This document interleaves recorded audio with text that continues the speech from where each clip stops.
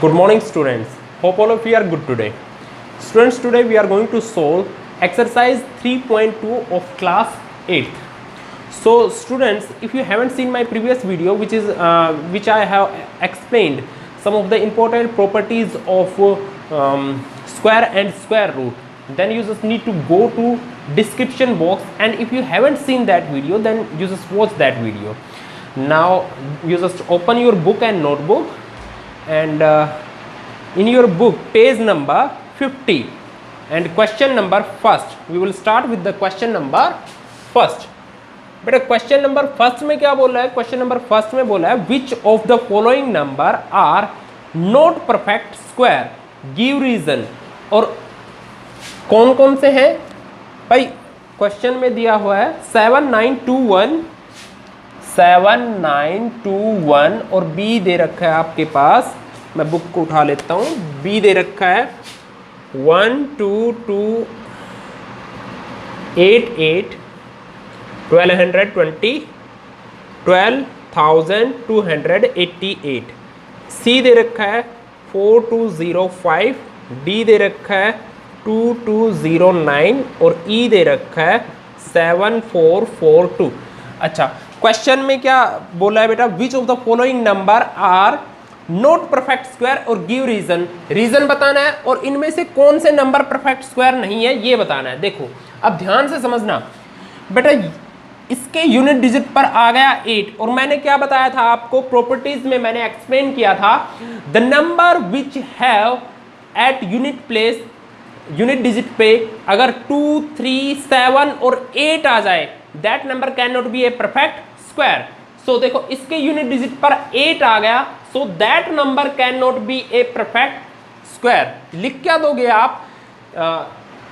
Since 8 is in unit place so that number cannot be a perfect square। यहां पे चलते हैं, यहां पे यूनिट डिजिट पे क्या आ गया? 2 आ गया, so that cannot be that also cannot be a perfect square। अच्छा, अब बात करते हैं बेटा और कौन सा नंबर है जो परफेक्ट स्क्वायर नहीं हो सकता? भाई होने को तो ये भी हो सकता है, ये भी हो सकता है, ये भी हो सकता है, लेकिन आंसर क्या आएगा आपका? आंसर ये आएगा। अच्छा, अब आप सोच रहे होंगे कि सर आपने इतनी जल्दी से कैसे बता दिया? बेटा मैंने माइंड में ही इसको डिवाइड किया 3 से। किससे डिवाइड किया? 3 से मैंने इसको डिवाइड किया, और 3 से डिवाइड करने के बाद मैंने क्या देखा? 3 से मैंने इसको डिवाइड करने के बाद देखा कि इसका जो रिमाइंडर है, रिमाइंडर 0 और 1 नहीं आ रहा, कुछ और रिमाइंडर आ रहा है। ठीक है, अगर 3 से डिवाइड करने के बाद रिमाइंडर 0 या 1 आता है तो ये एक परफेक्ट स्क्वायर होता, अदरवाइज ये परफेक्ट स्क्वायर नहीं होता। चलते हैं नेक्स्ट क्वेश्चन पर। समझ में आ गया ना आपको? ठीक है, इसके अलावा मैं आपको बेटा पीडीएफ भी प्रोवाइड करूंगा, आप टेंशन फ्री रहिए। बेटा नेक्स्ट क्वेश्चन को उठाते हैं। Question number 2। क्वेश्चन नंबर 2 कह रहा है, क्वेश्चन नंबर 2 देखिए पेज नंबर 50 पर ही है। The square of which of the following number will be the odd number. और कौन कौन से वो नंबर हैं वो लिख लेते हैं। क्वेश्चन नंबर 2 मैंने यहां पे लिखा और इसका ए पार्ट है 131, बी पार्ट है 2136, सी पार्ट है 4259 एंड डी पार्ट है 628, ई पार्ट है 104। बेटा अब आप ध्यान से समझना कि क्या कह रहा है क्वेश्चन में। ठीक है, क्वेश्चन में ये कह रहा है the square of which of the following numbers will be odd number. अच्छा, इनका स्क्वायर करने पर कौन सा वो नंबर आएगा जिसका रिजल्ट जो है वो ओड नंबर होगा स्क्वायर करने के बाद। अब बेटा मैंने आपको प्रॉपर्टीज में डिस्कस किया था कि square of a odd number is always a odd number. Clear? Square of a even number is always a even number. ये दो बातें मैंने डिस्कस की थी। तो देखिए ये ओड नंबर है, इस ओड नंबर का स्क्वायर करेंगे तो ओड नंबर ही आएगा। ये ओड नंबर है, इस ओड नंबर का स्क्वायर करेंगे तो ओड नंबर ही आएगा। रीजन क्या लिखोगे? The square of a odd number is always a odd number. Clear हुआ? ठीक है, चलते हैं अब नेक्स्ट क्वेश्चन पर। ये रही बुक। नेक्स्ट क्वेश्चन में क्या दे रखा है? नेक्स्ट क्वेश्चन में कहा है क्वेश्चन नंबर 3। ठीक है, क्वेश्चन नंबर 3 में कहा है what will be the unit digit of the square of the following numbers. अच्छा भाई यूनिट डिजिट क्या होगी इनका स्क्वायर करने पर, क्वेश्चन में ये कह रहा है, ठीक है। ए बी है 6555, सी है 277, डी है 7431 और इसके अलावा बेटा ई दे रखा है 18324। क्वेश्चन में क्या बोला है, what will be the unit digit of the square of the following number. इनका स्क्वायर करने पर यूनिट डिजिट क्या आएगा, यूनिट डिजिट का नंबर क्या आएगा, ठीक है। अब भाई मैं इसका पूरे का स्क्वायर करूंगा तो काफी टाइम वेस्ट हो जाएगा ना। आपको क्या करना है, स्मार्ट तरीके से सोल्व करना है, क्योंकि आप सारे स्मार्ट बच्चे हो, ठीक है। आजकल के बच्चे हो, पुराने टाइम के बच्चे नहीं हो। क्या करो, इसमें यूनिट डिजिट का ही आप स्क्वायर कर दो, क्योंकि क्वेश्चन में ये बोला है कि इस पूरे नंबर का स्क्वायर करने पर यूनिट डिजिट पर कौन सा नंबर आएगा, ये क्वेश्चन में दिया हुआ है। हम क्या करेंगे कि केवल इसके यूनिट डिजिट का ही स्क्वायर कर देंगे और वहां से हमें पता चल जाएगा कि यूनिट डिजिट इस नंबर का स्क्वायर करने पर यूनिट डिजिट में कौन सा नंबर आएगा, ठीक है। तो यहाँ पे यूनिट डिजिट पर 2 है, 2 का स्क्वायर किया, क्या आया भाई 4, तो यूनिट डिजिट पर आएगा 4 इस क्वेश्चन का आंसर, ठीक है। इस क्वेश्चन का आंसर कैसे निकालेंगे, 5 का स्क्वायर कर दो 25 पर यूनिट डिजिट पर है 5, तो ये मैंने लिख दिया इसका आंसर 5। इस क्वेश्चन का आंसर कैसे निकालेंगे, यूनिट डिजिट पर है 7, यूनिट डिजिट पर 7 है तो 7 का स्क्वायर करो, 7 का स्क्वायर आया 49 में यूनिट डिजिट पर क्या है बेटा 9 है, तो मैंने लिख दिया यहाँ पे 9। क्लियर।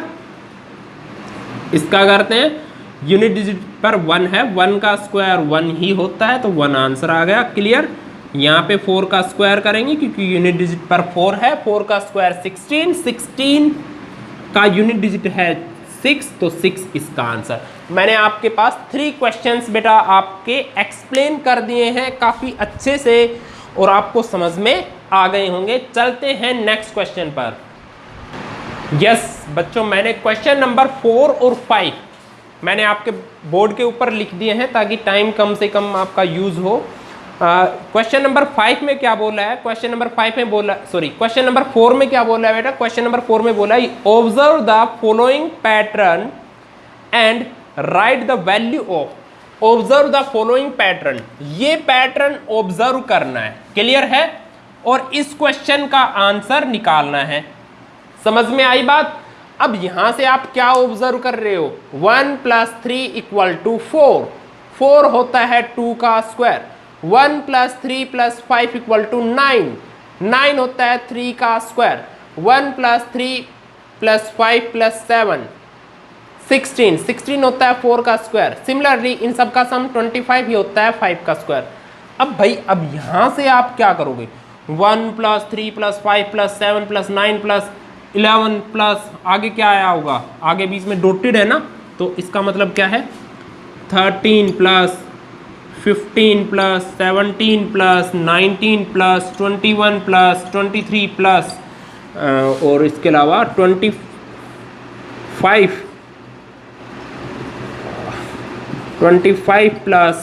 27 = व्हाट, ये क्वेश्चन है, ठीक है। तो कैसे इसको सोल्व करोगे।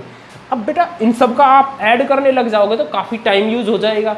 और मैंने क्या कहा था, मैंने कहा था कि आप हो आजकल के बच्चे, ठीक है, स्मार्ट बच्चे, ठीक है। हम तो पुराने थे बेटा, और हम पुराने थे तो हम स्मार्ट तरीके यूज कर सकते हैं, तो आप तो हमसे भी अच्छे तरीके यूज कर सकते हो। चलिए कैसे, यहाँ पे हमने क्या देखा भाई, इनका सम करने की जरूरत नहीं है आपको। स्मार्ट तरीका क्या है, यहाँ से देखो, काउंट करो कितने नंबर हैं, 1 2, 2 का स्क्वायर 4, 1 2 3, 3 का स्क्वायर 9, 1 2 3 4, 4 का स्क्वायर 16, 1 2 3 4 5, 5 का स्क्वायर 25। सिमिलरली हम इनको भी ऐड कर देंगे, 1 2 3 4 5 6 7 8 9 10 11 12 13 14, ठीक है। क्या लिखेंगे, 14 का स्क्वायर 196, ये आंसर। आई बात समझ में बच्चे, है ना, काफी इजी आ गया या नहीं भाई। मैंने केवल इनको काउंट किया है, 1 2, 2 का स्क्वायर 4। भाई सोचने का तरीका होता है कि हम उस चीज को कैसे सोचें, ठीक है। तो आपके सोचने पर डिपेंड करता है कि कैसे आप इस क्वेश्चन को सोल्व कर सकते हो। ठीक है, उन बच्चों का भी बिल्कुल सही होगा जो पहले इनको ऐड करेंगे, फिर ये लेके आएंगे, फिर ये लेके आएंगे। लेकिन मैंने आपको केवल इतना बताया है कि कैसे आप इस क्वेश्चन को जल्दी सोल्व कर सकते हो। ठीक है, अब आते हैं इस क्वेश्चन के ऊपर। क्वेश्चन नंबर 5 में बोला क्या है, पहले तो मैं वो बता देता हूं। क्वेश्चन नंबर 5 में बोला है using the suitable pattern find the value of. कोई भी सुटेबल पैटर्न यूज करना है और फिर इनकी वैल्यू निकालनी है। अब भाई 4444 का स्क्वायर करने लग जाओ तो एक पेपर में आपका एक ही क्वेश्चन होगा, मेरे को तो ऐसा लगता है, या एक नहीं होगा तो आपके कम से कम 10 मिनट तो इसमें यूज़ हो जाएंगे, 10 नहीं होंगे तो 5 मिनट हो जाएंगे, या ज़्यादा टाइम यूज़ होगा, कहने का मतलब है ये। ठीक है, तो अब इस क्वेश्चन को विदाउट इस पूरे का स्क्वायर किए कैसे हम इसको सोल्व कर सकते हैं, तो मैं आपको कुछ चीज़ें सिखाना चाहता हूँ बेटा। ये बताने से पहले देखो 11 का स्क्वायर निकालते हैं। 11 का स्क्वायर क्या होता है, 121। ठीक है, अगर मैं भाई ये तो चलो आपको याद था। ठीक है, अगर मैं बोलूँ 111 का स्क्वायर क्या होगा, तो इसका स्क्वायर होगा ये। ठीक है, अब आप बोलोगे सर तो ये तो आपको याद होगा, आगे बताओ। लो भाई आगे बता देंगे। 1111 इसका स्क्वायर 1 2 3 4 3 2 1। अब आप सोच रहे हो, आपके दिमाग में कुछ ना कुछ आ रहा होगा, क्लियर, क्योंकि मेरे को पता है आप भी स्मार्ट बच्चे हो। भाई हुआ क्या है, जब भी 1 1 1 1 इस टाइप के किसी भी नंबर का स्क्वायर करना हो तो आपको क्या करना है बेटा, यहाँ से देखो कितने डिजिट है, 1 2, तो पहले 1 से 2 पे जाएंगे। ठीक है, मैक्सिमम 2 डिजिट थी ना, तो 1 से गए 2 के ऊपर, फिर 2 से वापस नीचे आएंगे, 2 से वापस आएंगे 1 पर। ठीक है, 1 2 3 थे तो 1 2 3 पे गए, 3 से वापस आए 2 1। यहाँ पे 4 डिजिट है तो 1 2 3 4, 4 से वापस आए 3 2 1। अब सपोज करो 11,111 ये है, 5 डिजिट है तो क्या करेंगे, 1 2 3 4 5, 5 से वापस आओ 4 3 2 1, है ना इजी। चलिए अब इस क्वेश्चन को सोल्व करते हैं। ठीक है, ये पैटर्न मैंने आपको समझाया है, साइड में नोट कर लेना इसको। ठीक है, क्योंकि ये नोट करने का रीज़न ये है बेटा, ताकि आपको ये याद रहे। ठीक है, इस क्वेश्चन के साइड में कहीं पे भी एज ए रफ आप नोट कर सकते हो। रीज़न आपको मैंने बता दिया कि क्यों नोट करना है, क्योंकि इस टाइप के पैटर्न का सामना हमें आगे भी करना पड़ेगा। क्लियर। अब चलते हैं इस क्वेश्चन के ऊपर। भाई 4 4 4 4 ये लिखा हुआ है, तो यहाँ से ले लो आप 4 का स्क्वायर कॉमन। 4 का स्क्वायर अगर मैंने कॉमन लिया तो अंदर क्या बचा, यहाँ 4 था, यहाँ 4 था, यहाँ 4 था, यहाँ 4 था, 1 1 1 बच गया। ठीक है, 1 1 1 और 1 बच गया। तो भाई इसका स्क्वायर करना मैंने आपको सिखाया था। ठीक है, यहाँ नीचे क्या है, 1 2 3 4 3 2 1। अच्छा, इसका स्क्वायर करना मैंने आपको सिखाया था, क्या बताया था मैंने आपको भाई। अच्छा, 4 का स्क्वायर तो 16 आ चुका, इसका स्क्वायर क्या आएगा, 1 2 3 4 3 2 1 अपॉन में क्या है, 1 2 3 4 3 2 सॉरी भाई 3 2 1। ये इससे कैंसिल आउट, बच क्या गया 16। ये आपका आंसर। देखो कितना इजी रहा क्वेश्चन को सोल्व करना। अब देखो ऐसे ही मैं इस क्वेश्चन को सोल्व करूंगा। भाई ये 7 7 7 आपके पास लिखा हुआ है, 7 का स्क्वायर कॉमन ले लो, अंदर क्या बच जाएगा, 1 1 1 1, 7 टाइम्स 1 1 1 1। ठीक है, और इसका स्क्वायर यहाँ नीचे क्या है, 1 2 3 4 5 6 7 6 5 4 3 2 1। अब इसका स्क्वायर क्या करोगे, इसका स्क्वायर निकालोगे तो यही वैल्यू इसका स्क्वायर आ जाएगी। पहले तो 7 का स्क्वायर निकाल लो 49, और यहाँ पे बीच में मल्टीप्लाई का ही साइन है। ठीक है, तो इसका स्क्वायर करके निकालेंगे तो क्या आएगी वैल्यू, 1 2 3 4 5 6 7, 7 के बाद नीचे चलो वापस 6 5 4 3 2 1 अपॉन में 1 2 3 4 5 6 7 6 5 4 3 2 1। इससे ये कैंसिल आउट, बच क्या गया 49। ये आपका आंसर। समझ में आया बच्चे? ठीक है, तो ये आपको समझ में आ गए होंगे बहुत अच्छे से। चलते हैं नेक्स्ट क्वेश्चन पर। यस बेटा, क्वेश्चन नंबर 6 एंड 7 एक्सरसाइज 3.2 का मैंने लिख दिया है। क्वेश्चन नंबर 6 में क्या बोला है? क्वेश्चन नंबर 6 में बोला है observe the following pattern and find the value of. भाई ऑब्जर्व द फॉलोइंग पैटर्न, ये पैटर्न ऑब्जर्व करना है। ऑब्जर्व मींस देखना है, समझना है, इसको देखकर ऑब्जर्व करना है इसको, ठीक है। इसके बाद इसकी वैल्यू निकालनी है, समझ गए? चलिए देखते हैं भाई। 11 का स्क्वायर 121, 101 का स्क्वायर 10201, 10101 का स्क्वायर 10203040201। भाई ये है, तो यहाँ से हमारे दिमाग में क्या आ रहा है भाई? यहाँ से आप चेक करो भाई कितने 1 है, 1 2 2 1 है, तो 1 से लेके 2 पर गए और फिर 1 पे आ गए। 0 आपको अल्टरनेट में रखना है। यहाँ से आपके दिमाग में क्या आ रहा है? 1 1 1 3 1 है सर जी, तो 3 1 है, तो 1 से 2 पर गए, 2 से 3 पर गए, 3 से फिर वापस आ गए, और 3 से वापस चले तो 2 पर और फिर 1 पर। समझ गए ना? यहाँ से देखो कितने 1 है, 1 2 3 4 4 1 है, तो 1 से लेके 4 तक जाएंगे। अल्टरनेट में आपको 0 रख देना है और फिर 4 से 1 पे वापस आ जाएंगे। देखो 1 2 3 4 3 2 1। समझ में आ गया? ऐसा आपको नोटबुक में नहीं करना है, कभी ऐसा नोटबुक में करने लग जाओ। अच्छा, अब इस क्वेश्चन को सोल्व करते हैं। कितने 1 है भाई? 1 2 3 4 5 6 6 1 है, तो 6 तक लिख देंगे। आंसर मैं यहाँ लिख देता हूँ, स्पेस लेकर आंसर।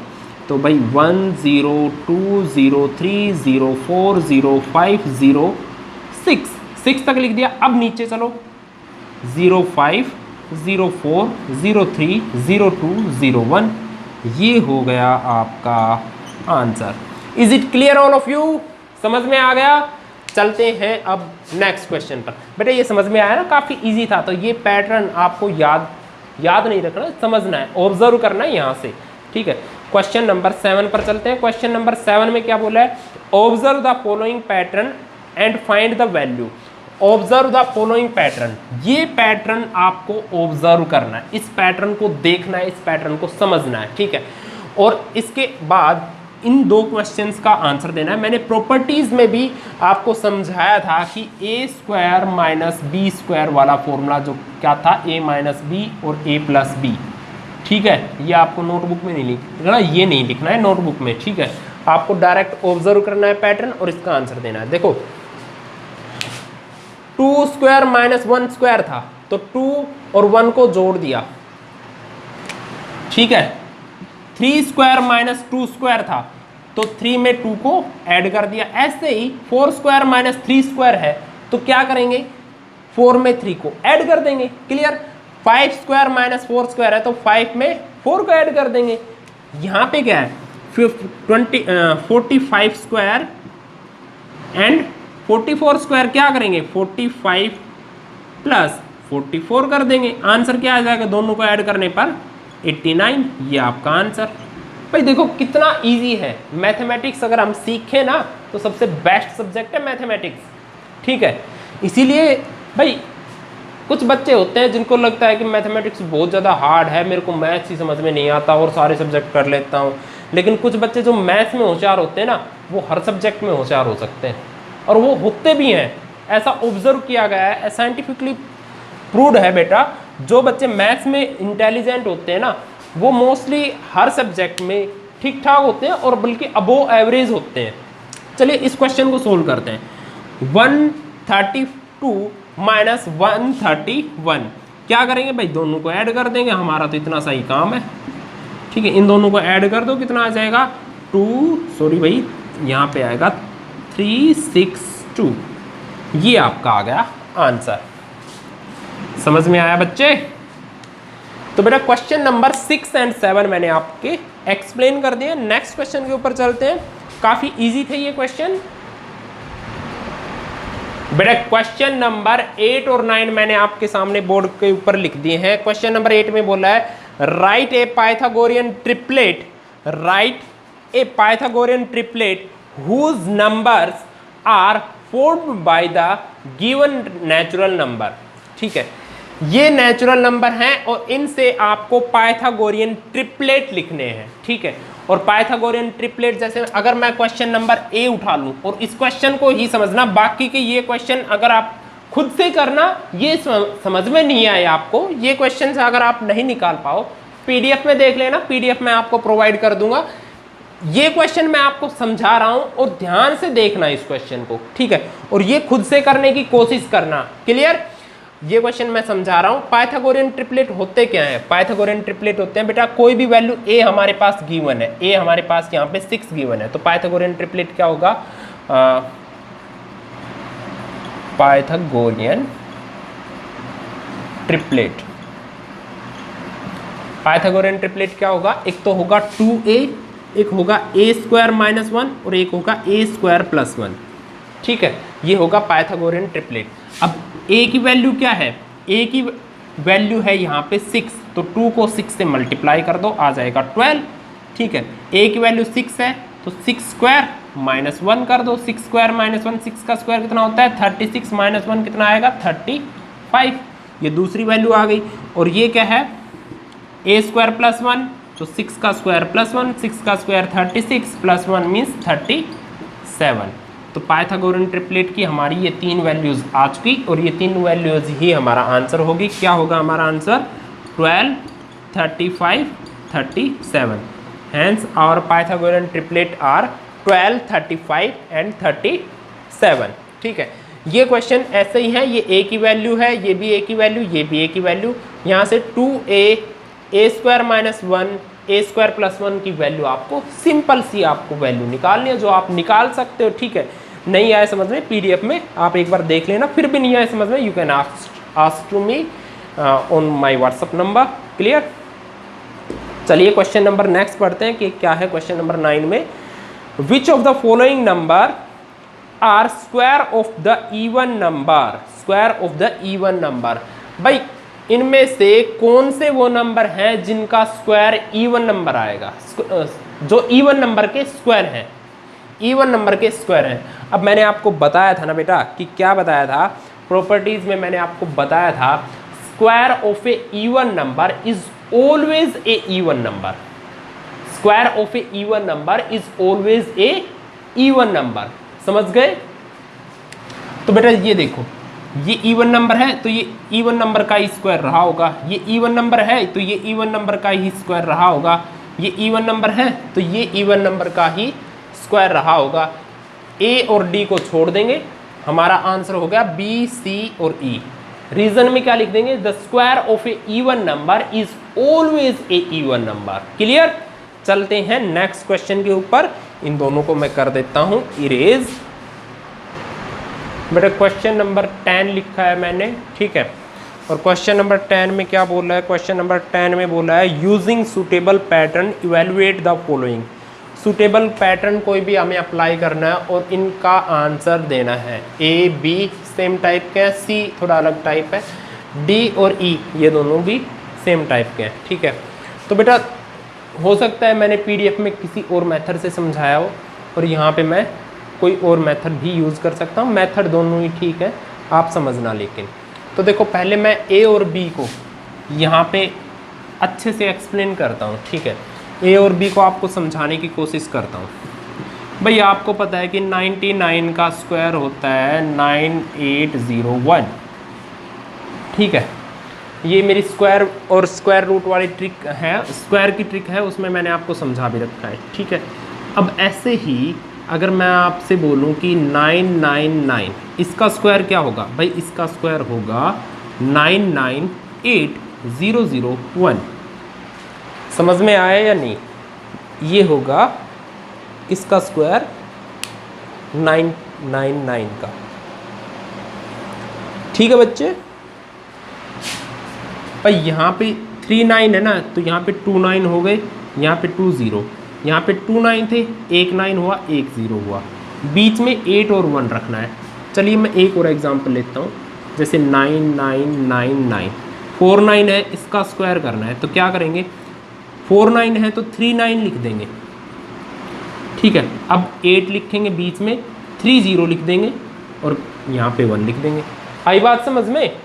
तो इस टाइप से क्वेश्चन को सोल्व कर सकते हो। सपोज करो 59 है, 9 है 5 टाइम्स, इसका स्क्वायर करना है, तो 4 टाइम्स 9 लिखेंगे, ठीक है, बीच में 8 लिखेंगे, फिर 4 टाइम्स 0 लिखेंगे, यहाँ 1 लिख देंगे।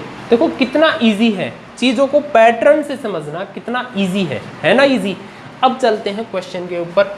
यहाँ पे 6 टाइम 9 है, अब हमारे क्वेश्चन का सॉल्यूशन हो जाएगा। यहाँ पे 6 टाइम 9 है, ठीक है, तो क्या करेंगे 5 टाइम्स 9 लिखेंगे, ठीक है, और फिर 8 लिखेंगे, 5 टाइम्स 0 लिखेंगे और 1 लिख देंगे। आंसर समझ में आया। तो यहाँ पे कितने टाइम्स 9 है, 2 2 2 2। भाई यहाँ पे 8 टाइम्स 9 है, लिख दो तो कोई बात नहीं, 8 टाइम्स 9 लिख दो, ठीक है। इसका स्क्वायर लिखना है तो क्या लिखेंगे, 8 टाइम्स 9 है तो 7 टाइम्स 9 लिखेंगे।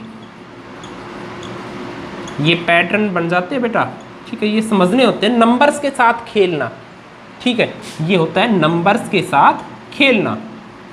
भाई मैंने 7 टाइम्स 9 लिखा, फिर 8 लिखा, अब लिखूंगा 7 टाइम्स 0, ठीक है, ये 7 टाइम्स 0 लिख दिया और अब लिख दिया 1। ये हमारे हो गया बी का आंसर और ये हो गया ए का आंसर। आई बात समझ में। तो पैटर्न ऐसे चलते हैं बेटा, ऐसे आप पैटर्न्स को सोल्व कर सकते हो। यहाँ पे इस क्वेश्चन के ऊपर चलते हैं सी के ऊपर। तो सी को तो मैंने आपको समझा ही रखा था, ठीक है, कैसे होगा इसका सॉल्यूशन।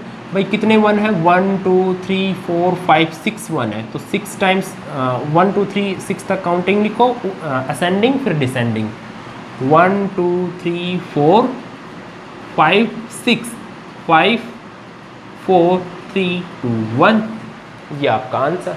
क्लियर है। अब चलते हैं डी और ई के ऊपर, ठीक है, डी और ई के ऊपर चलते हैं। ये तो हो चुका हमारा सी का सॉल्यूशन। डी और ई के ऊपर चलते हैं बेटा। अब देखो डी और ई में आपके दिमाग में क्या आता है। अगर बेटा सॉल्यूशन की बात करूं, सपोज करो मेरे को स्क्वायर निकालना है 67 का, तो 67 का स्क्वायर क्या होगा, 67 का स्क्वायर होता है 44 89, 44 89, ये होता है 67 का स्क्वायर, ठीक है। मैंने निकाला कैसे, ये निकाला कैसे, देखो यहाँ पे कितने डिजिट है, 2 डिजिट है, तो 2 टाइम्स मैंने लिख दिया 4, ठीक है। फिर 1 टाइम आपको लिखना है, जितने डिजिट है उससे जस्ट एक कम करके, 1 कम करके 8 लिखना है और लास्ट में लिख देना है 9, ठीक है।